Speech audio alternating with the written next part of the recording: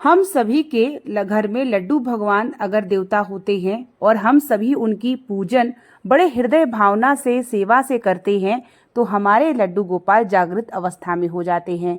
और हमारे घर के जो लड्डू गोपाल हैं कुछ इसी तरीके से रहते हैं, वह जागृत अवस्था में रहते हैं और हमें उनका अनुभव प्राप्त होता रहता है। कैसे प्राप्त होता है ये भी मैं आपको वीडियो में शेयर करूंगी और हमें कैसे पता चलता है कि हमारे लड्डू गोपाल जागृत अवस्था में हैं। राधे राधे दोस्तों, आपके अपने चैनल में आप सभी का स्वागत है। आज मैं आप सभी को अपना पूजा भी शेयर कर रही हूँ और साथ ही मैं आपको बताऊंगी कि हमारे लड्डू गोपाल जागृत अवस्था में कैसे होते हैं और हमें उनका अनुभव कैसे प्राप्त चलता है। लड्डू गोपाल जो हमारे होते हैं वो बाल स्वरूप के होते हैं और जब हम उनकी आराधना पूजा करना शुरू कर देते हैं तो कहीं ना कहीं हमारे भक्ति भावना से जागृत अवस्था में हो जाते हैं। और सबके घर में लड्डू गोपाल का स्वरूप देखिए जरूर होना चाहिए, ताकि आप एकादशी, पूर्णिमा, बृहस्पतिवार, कुछ ऐसे दिन होते हैं जिसको लड्डू गोपाल की हम सेवा करते हैं, पंचामृत से स्नान कराते हैं, भोग अर्पित करते हैं तो हमारे लड्डू गोपाल नारायण और माता लक्ष्मी की कृपा होती है। और लड्डू गोपाल हमारे जो हैं ये बड़े ही चमत्कारी हैं। इनका मैं अगर आपको वर्णन करूंगी तो आप भी आश्चर्यचकित हो जाएंगे। लड्डू गोपाल जो ये थे ये मैंने खरीदा नहीं था, ये मेरी माता ने दिया था। और जब भी हम लड्डू गोपाल रखते हैं ना तो जब हमें कोई दान में देता है ना तो वो सबसे श्रेष्ठ होता है।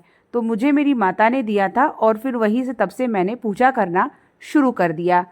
1 वर्ष हुए होंगे और लड्डू गोपाल के नीचे ही मुझे छोटे से, एकदम छोटे से हनुमान जी प्राप्त हुए और तभी से मेरे घर में सुंदरकांड का पाठ भी होने लगा। और वो इतने छोटे से हनुमान जी हैं, कभी मैं आपको, अगर आप लोग को इच्छा जागृत होगी देखने की तो मैं ज़रूर शेयर करूँगी। और इतने छोटे से हैं कि वो उनको खड़े करती हूँ तो वो गिर जाते हैं। और तब मुझे मिले जिन शनिवार का था, जब मैं मंदिर की साफ सफाई करने लगी और लड्डू गोपाल को जब मैंने उठाया तो उनके नीचे से वो गिरे और थोड़ी देर में तो समझ ही नहीं पाए कि ये कौन से देवता हैं। जब मैंने ध्यानपूर्वक देखा तो हाथ जोड़े हुए हनुमान जी प्राप्त हुए। तो इतनी बड़ी चमत्कारी तो शायद ही किसी को सुनने में आया होगा या देखने को मिला होगा, लेकिन ये एकदम सत्य घटना है। और लड्डू गोपाल के नीचे जब से मिले तब से हमारे घर में शनिवार मंगलवार के दिन सुंदरकांड का नियम बन गया। साथ ही जब लड्डू गोपाल हमारे घर में होते हैं, अगर आपके घर में दूध, दही, फल फूल की कमी नहीं होती है तो कहीं ना कहीं अपनी व्यवस्था लड्डू गोपाल स्वयं कराना शुरू कर देते हैं। और उनको क्या चाहिए होता है, क्या भोग चाहिए, आपके घर में किसी भी प्रकार की कमी ना हो, आपके घर में हमेशा भरा रहे, तो ये न कहीं लड्डू गोपाल की कृपा होती है। साथ ही लड्डू गोपाल, मान लीजिए कभी अगर आपसे हाथ से गिर जाते हैं या पूजा करते समय आपने इतने अच्छे से पकड़ा है फिर भी गिर जा रहे हैं, तो ऐसा होता है कि जब आपके ऊपर कष्ट आने वाला होता है, जैसे कि भगवान कृष्ण लड्डू गोपाल के जो भक्त हैं उनके ऊपर अगर कोई परेशानी या कष्ट आने वाला होता है तो लड्डू गोपाल यही सब संकेत लेके अपने ऊपर ले लेते हैं। और ऐसा ही अभी कुछ दिन पहले मेरे साथ हुआ। रक्षाबंधन के 1-2 दिन पहले लड्डू गोपाल को मैं दूध पिला रही थी और एकदम आशा नहीं थी कि लड्डू गोपाल नीचे गिर जाएंगे और ऐसे कूद के नीचे गिरे। मुझे भी बिल्कुल, मतलब मैं थोड़ी देर के लिए बहुत मायूस हो गई कि भगवान मेरे हाथ से कैसे नीचे गिर सकते हैं। लेकिन इसका यही संकेत होता है कि जब किसी भक्त के ऊपर कष्ट, पीड़ा, परेशानी आने वाली होती है तो लड्डू गोपाल गिर के अपने ऊपर ले लेते हैं। कभी कभी तो मूर्ति खंडित भी हो जाती है। तो इसका यही संकेत होता है कि भगवान आपका पीड़ा, आपका कष्ट अपने ऊपर ले लेते हैं। वो नहीं चाहते कि उनके भक्त के ऊपर कोई परेशानी, कष्ट, पीड़ा आए। तो ये संकेत भी अगर आपको मिलते हैं तो जागृत अवस्था में हमारे लड्डू गोपाल हो जाते हैं। देखिए, ये सब चीज़ें तभी प्राप्त होती है जब आप भाव से जुड़ते हैं। जो भक्त नारायण की सेवा, लड्डू गोपाल की सेवा करना शुरू कर देते हैं वो उनके प्रिय हो जाते हैं और उनके ऊपर कोई पीड़ा, कष्ट आती है तो लड्डू गोपाल आने नहीं देते हैं।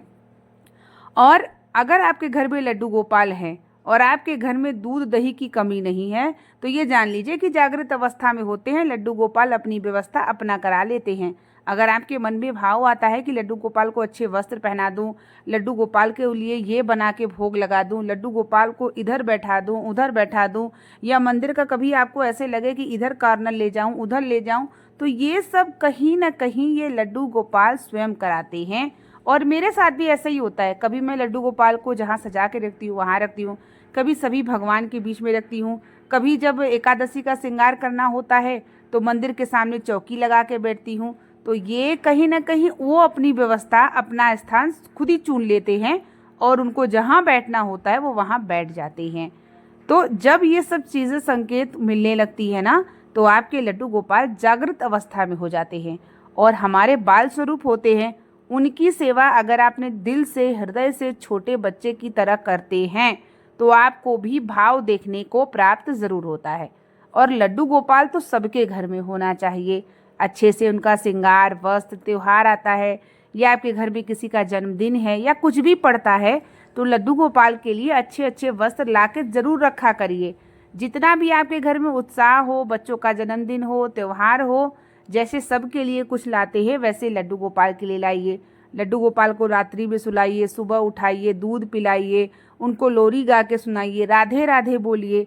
अगर आप राधे राधे नाम लेते हैं ना लड्डू गोपाल को, राधे राधे बोल के कुछ खिलाते हैं या जगाते हैं या सुलाते हैं, जो भी करते हैं, वो लड्डू गोपाल जो क्या होते हैं वो जागृत अवस्था में हो जाते हैं। तो मुझे मेरी लड्डू गोपाल तो मेरी माता ने दिया था और तब से मैं उनकी पूजा सेवा कर रही हूँ। और ऐसा माना भी जाता है कि कोई मूर्ति अगर आपको दान में मिलती है तो वो कहीं ना कहीं भगवान की मर्जी होती है, तभी आपको प्राप्त होता है। और जब हम उनकी सेवा और अच्छे से करने लगते हैं तो हमें भाव देखने को प्राप्त ज़रूर होते हैं। तो मैं तो शिव जी की भक्त हूँ और शिव जी की ही कृपा से मुझे लड्डू गोपाल की भी भक्ति प्राप्त हुई। जब तक आप शिव की भक्ति आप करते हैं और शिव ही सबके प्रति आकर्षित देते हैं, चाहे लड्डू गोपाल हो, हनुमान जी हो, तो मेरे मंदिर में ना जब मैं भक्ति भावना से होती हूँ ना तो भक्त को कोई ना कोई संकेत मिलता ज़रूर है। आपकी भक्ति को पता चलता है कि भगवान आपकी भक्ति से प्रसन्न है या नहीं। जैसे अक्सर गौ माता आ जाना, कुछ भी होता है, गौ माता का दर्शन करना, उन्हें अपने घर से कुछ न कुछ बना के खिलाना ना, ये कहीं ना कहीं भगवान की एक इच्छा होती है और उनके एक संकेत होते हैं। और मैं ये डेली प्रार्थना करती हूँ और मुझे मिल जाता है, तो ये ईश्वर की कृपा है। तो मिलते हैं नेक्स्ट ब्लॉग के साथ, तब तक